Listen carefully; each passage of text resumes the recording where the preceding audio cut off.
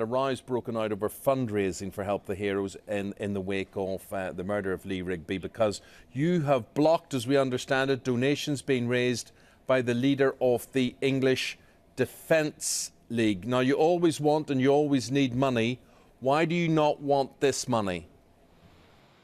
Well, that's we're a non-political and non-critical organisation, Eamon, and we wouldn't want to knowingly accept money from any extremist organisation. But the most important thing to think about here is we're in Paris to raise support for young men and women who've been wounded in the service of our country. And we've got 300 of us here, including 50 wounded men and women, some without legs, who are going to be riding 380 miles back to London later on today. So that's what we're here for, and that's what we're excited about. OK, well, that's what you're doing, but you know, it's £100,000. You could be turning your back on a potential. That's what he's saying. Tommy Robinson, this ride that he's doing, or this walk that he's doing, could raise you that amount of money. Is this your decision, or are you governed by things like the Charity Commission? We are, as you'd appreciate, we are a non-political organisation, and we do not knowingly accept money from any organisation that is considered to be extreme. And that's fine. We've got hundreds of thousands of people in this country who are doing it, raising money for us, and that's what we need. And we're very grateful for what we're getting. Thank you.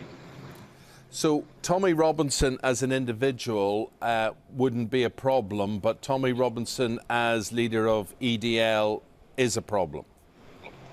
We're asking everybody in this country to react in a very restrained and dignified way to the dreadful murder of Lee Rigby. And that's what we're doing here. We're trying to counter terrible evil last week with some great good. Emma, could you give me an idea? Bryn talks there about the terrible evil. Could you give me an idea as to the response you've had as a charity and as an organisation since that terrible evil? Yes, it's been completely overwhelming, the response from the British public to the dreadful murder of Lee.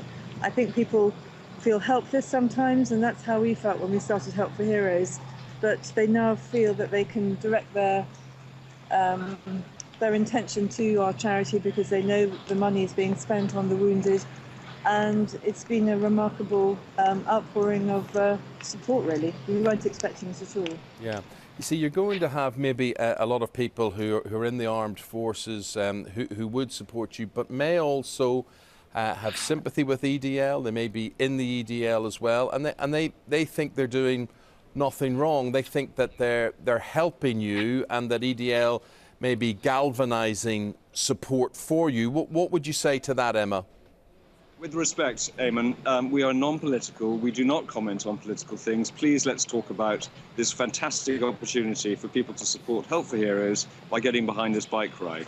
Well, we've got boys and girls here who've lost limbs. I tell you what, I know, and all of that's fantastic, and you get positive publicity all the time. But lots of people do want to know how you can afford to turn down this amount of money. They just want a reason for it. Just showing you some reaction coming into our programme today. Charlotte, what have you got? Yeah, I've got one from Oliver here, who says, when it comes to charity, money is money, regardless of where it comes from. Christine, it seems odd a charity would turn down money from anywhere. And Dan says, publicity stunt or not, a charity turning down donations seems utter madness. So just a response to that, Bryn. Thank you.